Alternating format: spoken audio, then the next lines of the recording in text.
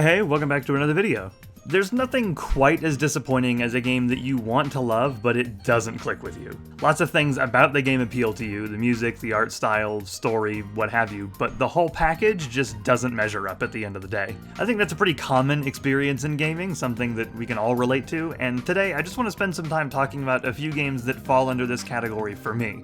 Not every game I go over is one that I strictly think is bad, though a couple definitely are. They're just games that I really want to adore, but just don't quite hit that mark for me. Some of these I might have a lot to say about, others might go by quick because not enjoying something is kind of a spectrum, and sometimes it's just as simple as it not vibing with me rather than design choices that bug me. There won't be much in the way of in-depth critique about game design and junk, but I'm not smart enough for any of that anyway. There's going to be plenty of bitching, but I will mention the things I think these games do well in addition to that. I don't want to be totally negative here after all. I don't think there's any more preamble I need to get into, so let's get stuck in. Sonic Mania was kind of a breath of fresh air in the online world, honestly. It felt like for the first time in a long while, the Sonic franchise was getting some amount of respect and not just being a punching bag that everyone could laugh at. But while it seems like everyone and their mother would put this at or near the top of their Sonic games ranking, it's never quite done it for me. My main gripe lies in a lot of the zones. I personally don't mind that most of them are reuses of older stages, but I do mind that they often take chunks of the original zones and just plop them in the middle of otherwise new set pieces. It ends up feeling a little jarring and like it doesn't flow super well together, and even then the newer parts just aren't all too interesting to me personally. I'm also not that big on the couple of new zones we do get. Mirage Saloon is pretty cool, but Press Garden is dull and Titanic Monarch is just kind of a pain in the ass.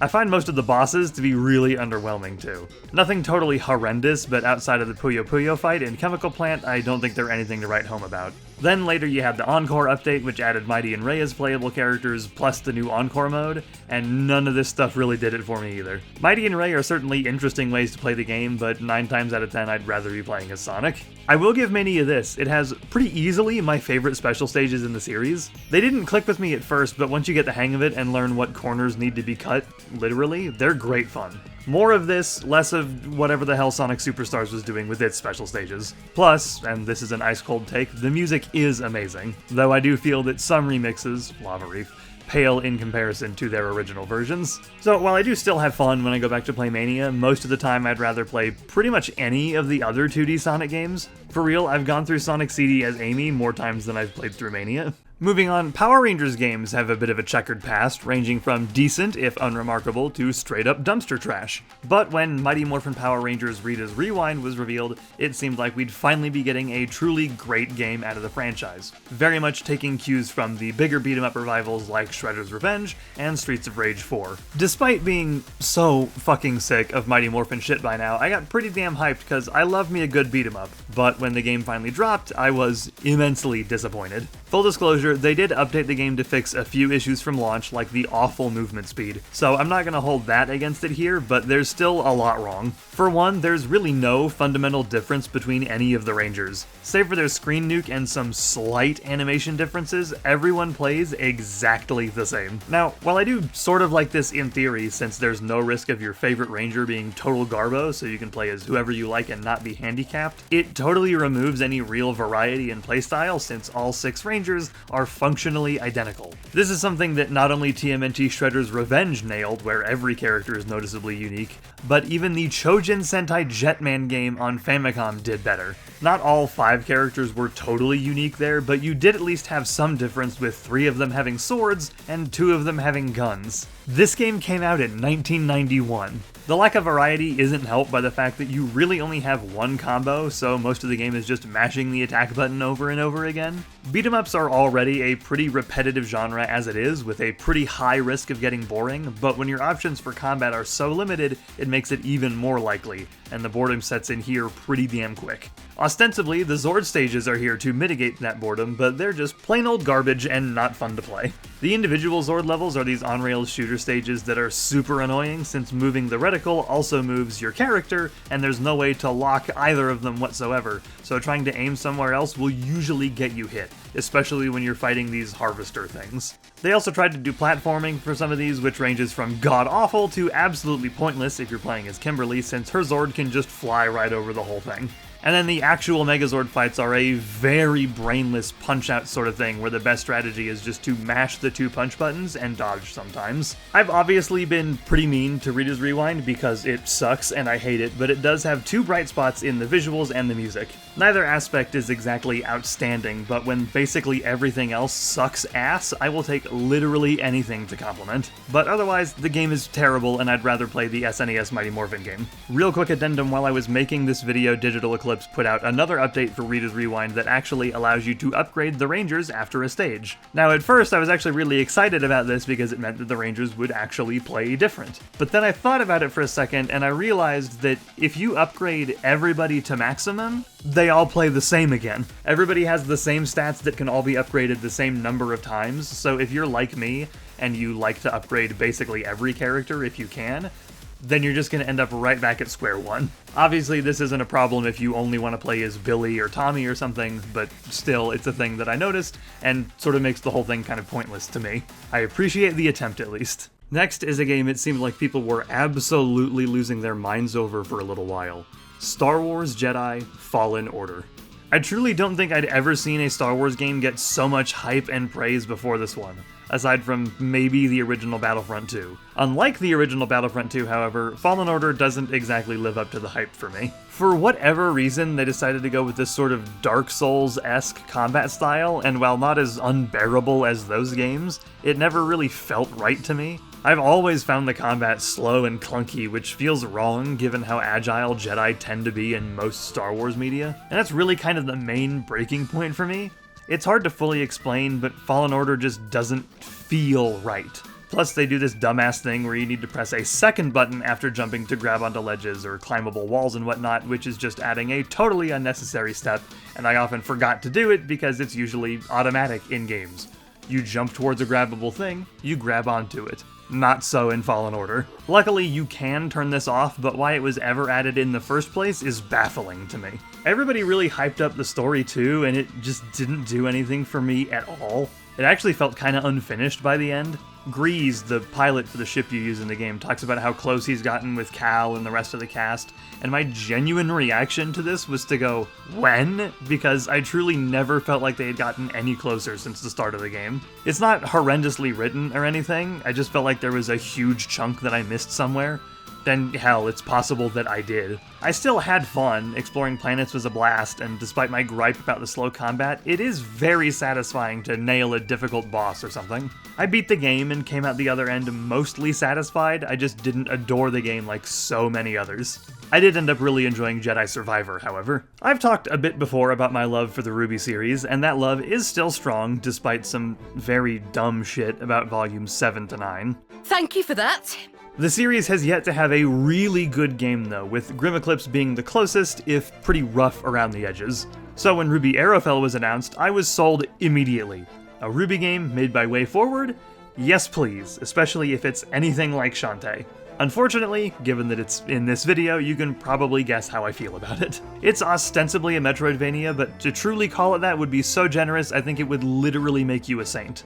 Yeah, you get some new abilities that let you get to new sections of old areas, but it's the most bare bones way about it. There's not really any exploring to do or neat secrets to find, just a few items here and there. The major areas are visually distinct from one another, but it's difficult to remember where anything is in any of them since they aren't actually all that memorable. This is not helped by the total lack of a map. Yeah, the game is pretty linear, but it's easy to forget where something is or if you've gone down a specific path or not. So you pretty much just end up having to re-explore every single area every time you get a new ability, since there's no way of knowing where you might have missed something, and it just sort of pads the game out. The only real highlight of the gameplay is that you can play as all 4 members of Team RWBY, who do all have unique abilities that are required to progress through the game, and properly reflect how they are in the show. Plus, it can be kind of fun sometimes to figure out who's the best for a specific combat situation. It's not masterful or anything, but you can squeeze some enjoyment out of it.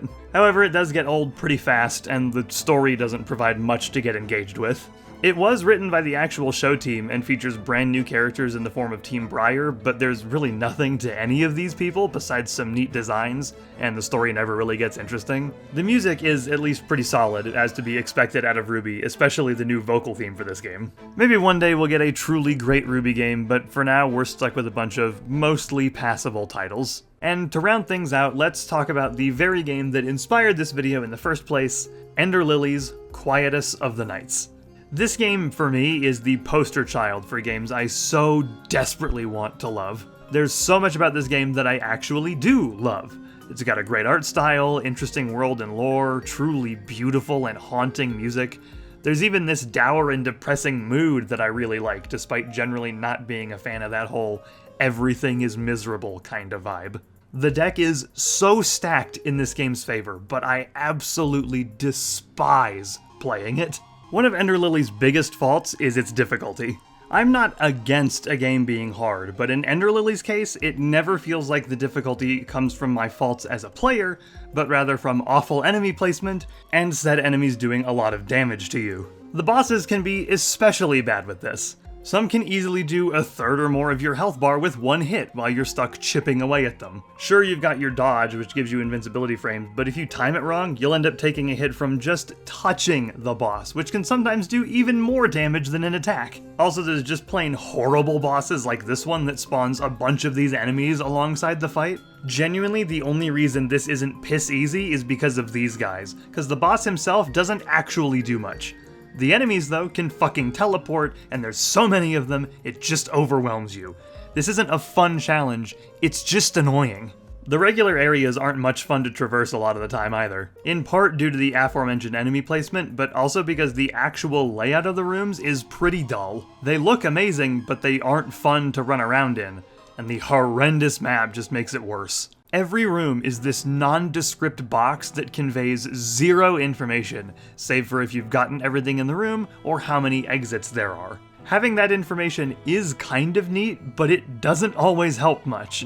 The exits on the map don't always line up with where they are in the room or even the direction they go, so you could have an exit on the map that goes diagonally down from the corner of the box, but in the room itself it goes straight down from kind of near the middle, which is just a pet peeve of mine. And knowing if you found everything in a room is cool, but since the map only shows you what room you're in and not where in that room you are, it's pretty damn hard to find every nook and cranny you haven't explored, especially since jack shit is marked on the map. So if you saw something you couldn't grab yet, I hope you remember where it is when you grab the ability that lets you, because otherwise you're just gonna have to scour the whole map all over again.